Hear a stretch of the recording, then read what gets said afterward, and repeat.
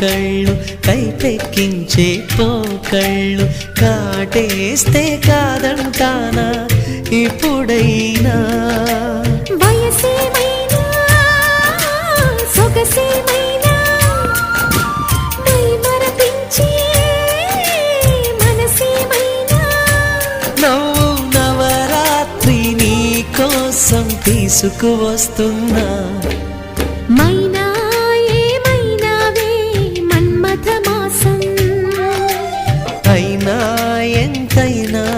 ఇది మెత్తని మోసం